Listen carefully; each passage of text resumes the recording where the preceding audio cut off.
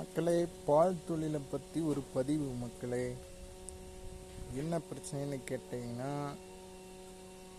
மழை இல்லை. மழை இல்லாதனால இங்கே பாருங்க, இந்த ஃபீடு கொண்டாந்துக்கிற ஃபீடு 2100 ரூபாய்.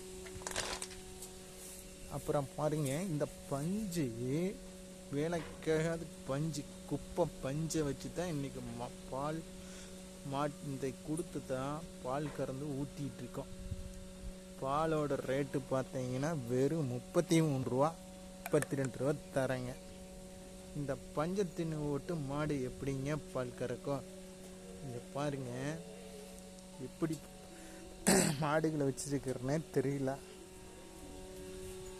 இங்கே பாருங்க, இந்த மாட்டுக்கெல்லாம் ஒரு நாளைக்கு 40 கிலோ இருந்து 50 கிலோ வேணும். இங்கே பாருங்க, பால் தொழில் தான் மிக முக்கியமான தொழில். எங்களுக்கு வாழ்வாதாரமே அதுதான். பாருங்க, இந்த மாட்டுகளை எல்லாம் வச்சு நாங்கள் என்ன பண்ணுறதுன்னே தெரியல. மழை இல்லை, பாலுக்கு ரேட்டு வெறும் 33 ரூபா தர்றாங்க. என்ன பண்ணுறதுன்னே தெரியல.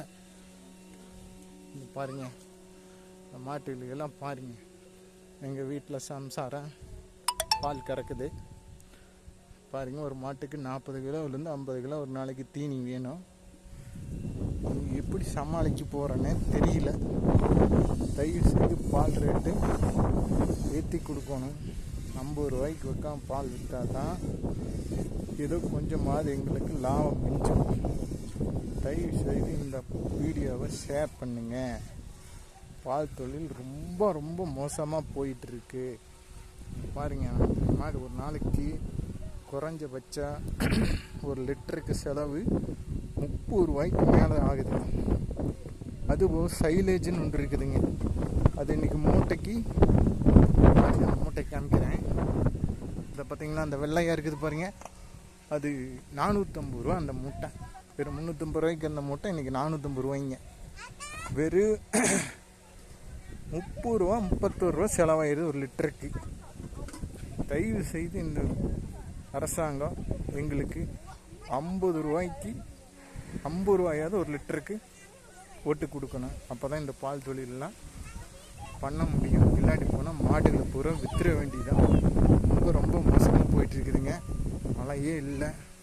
பாருங்கள், காடு பூரா எல்லாம் காஞ்சி போய் கிடக்குது. பாருங்கள் மாடுகளெல்லாம் வச்சு என்ன பண்ணுறதுன்னா வாழ்வாதாரமே அதுதாங்க. தயவு செய்து ஷேர் பண்ணுங்கள்.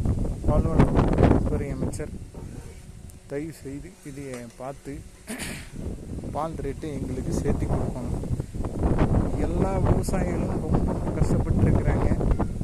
நான் தான் ஒரு வீடியோ போடலாம் அப்படின்னு சொல்லி எடுத்து வீடியோ போட்டுடுறேன். தயவு செய்து ஷேர் பண்ணி விடுங்க.